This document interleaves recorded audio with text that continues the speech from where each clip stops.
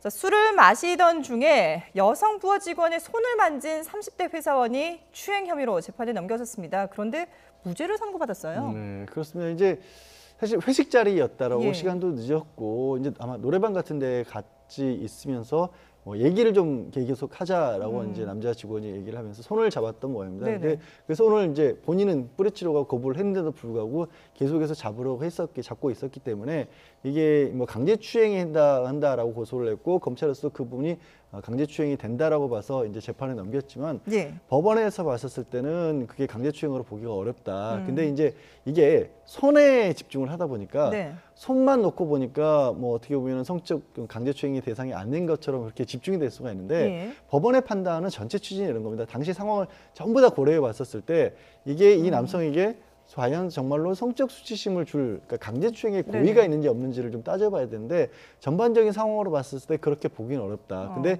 직접적으로 물리적으로 접촉이 있었던 건 딱 손 하나인데 네. 여성으로서는 분명히 성적 수치심을 느낄 수도 있고 불쾌할 수도 있는데 전체 상황을 봤었을 때 그렇게 보기가 어렵고 그렇다고 하더라도 어떤 경우에는 어떤 뭐 신체의 어떤 쪽에 닿았을 경우에는 본인이 아무리 부정하고 상황이 아무리 그렇지 않다고 치더라도 이 객관적으로 봤을 때 이건 도저히 뭐 강제추행이 아니라고 말할 수 없는 그런 상황이 있는데 손을 가지고 손만 놓고 봤었을 때 그렇게 보기는 좀 어렵지 않느냐라고 전체 취지를 고려한 중에서 손만 따져보기는 어렵다 이렇게 봐야 되는데 손에만 집중을 하면 손을 만지는 건 무조건 강제추행이 안 된다. 예. 이게 바꿔 조금 더 쉽게 말씀드려서 어떤 상황하에서는 네. 이 사람이 이거는 뭐 추행의 의도를 가지고 시작을 했고 그게 손이었다 이렇게 바꿔질 수도 있다라고 저는 봅니다. 근데 법원이 봤을 때 전체 상황 자체가 예. 강제추행을 할 만한 상황은 아니었고 네. 그런데 남은 건 결국 직접적으로 접촉했었던 건 손밖에 없으니까 예. 이걸 봤었을 때 이걸로 이제 강제추행까지 판단하기는 우리는 어렵다 이렇게 본 것으로 보입니다. 근데 이게 뭐 단순히 그냥 악수를 하는 상황도 아니고 이 여성이 거부를 하고 싫다고 하는데도 불구하고 손을 계속 잡고 있었단 말이죠. 그러면 이 과정이 물론 이게 뭐 손이 뭐 성적 수치심을 느낄 수 없다라고 법원은 판단했습니다만은 이거는 본인이 느끼는 거 아닌가? 피해자가 느끼는 거 아닌가요?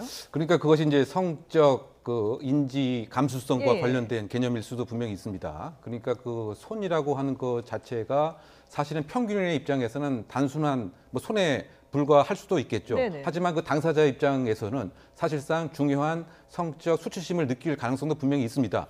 따라서 그 고의성 여부를 과연 법원이 어떻게 평가를 해주는가 네. 이것이 하나의 그 관건인 것 같습니다. 예를 들면 몰래 카메라 촬영도 사실 마찬가지죠. 수영 선수의 지난번에 그 등 모습을 이렇게 찍은 것과 이제 예를 관련돼서 예를 들면 가해자들은 나는 그 수영 선수 그 찍었을 뿐이다라고 네네. 변명을 할 수도 있습니다. 근데 그럼에도 불구하고 예를 들면 이 사람의 평상시의 그 성향이 특정적인 설령 그 뒤의 모습이 등이라고 하더라도 네.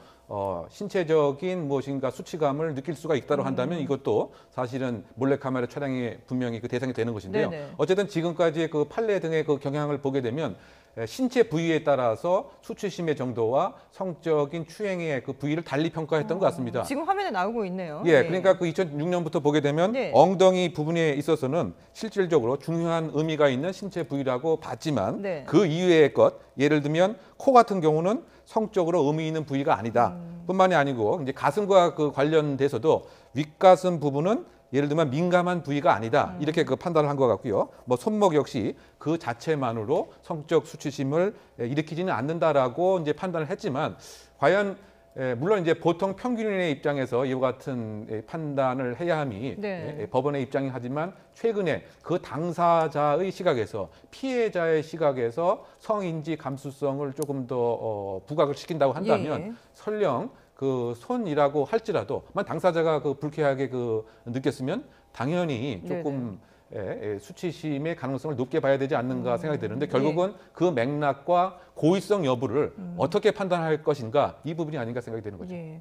사실 저희가 과거 사례를 보여드렸습니다만은 뭐 신체에 따라서 여기는 뭐 해당되고 여기는 성추행이 아니고 이렇게 딱 잘라서 구분할 수는 없잖아요. 그러니까 결국은 이게 피해자가 받아들이는 상대방이 받아들이는 정도에 따라서 달라질 수밖에 없지 않을까 싶은데요. 그러니까 결국 피해자가 받아들이는 것이 더 중요시하라는 건데 네. 순전하게 피해자 입장에서만 생각할 수만은 또 없는 거 아니겠습니까? 예를 들어서 누군가는 그래요. 그러니까 예. 좀 뭐 극단적인 사례지만 나는 저 사람하고 눈길만 맞춰도 좀 싫더라. 네네. 이런 경우도 있을 수 예, 있지 예. 않습니까? 그리고 사실 뭐 술자리에서 남자들끼리도 어떤 분은 좀 술에 취하시고 그러시면 손 잡고 안 놓고 얘기를 네네. 계속 이어가는 그런 경우도 있는데 그 모든 경우를 다 성적인 거로 보기는 어렵다. 근데 저보다 훨씬 덜한 어떤 곳들 신체 접촉이 있었을 네네. 때도 강제추행을 인정한 사례들도 있어요. 예. 뭐 예를 들어서 분명히 저거는 남성이 여성을 향해서 혹은 여성이 남성을 향해서 성적인 행동에서 비롯된 것인데 다른 쪽은 전혀 성적인 예를 들어 머리를 닿았다 하더라도 이게 지금 객관적인 상황으로 봤을 때 어떤 성적인 표현이었다고 예. 볼 수 있었을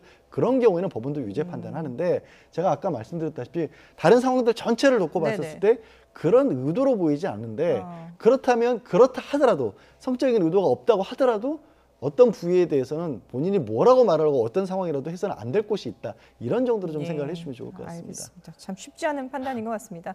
네, 두 분 말씀 여기까지 듣도록 하죠. 이웅혁 건국대 경찰학과 교수 그리고 양지열 변호사와 함께했습니다. 고맙습니다.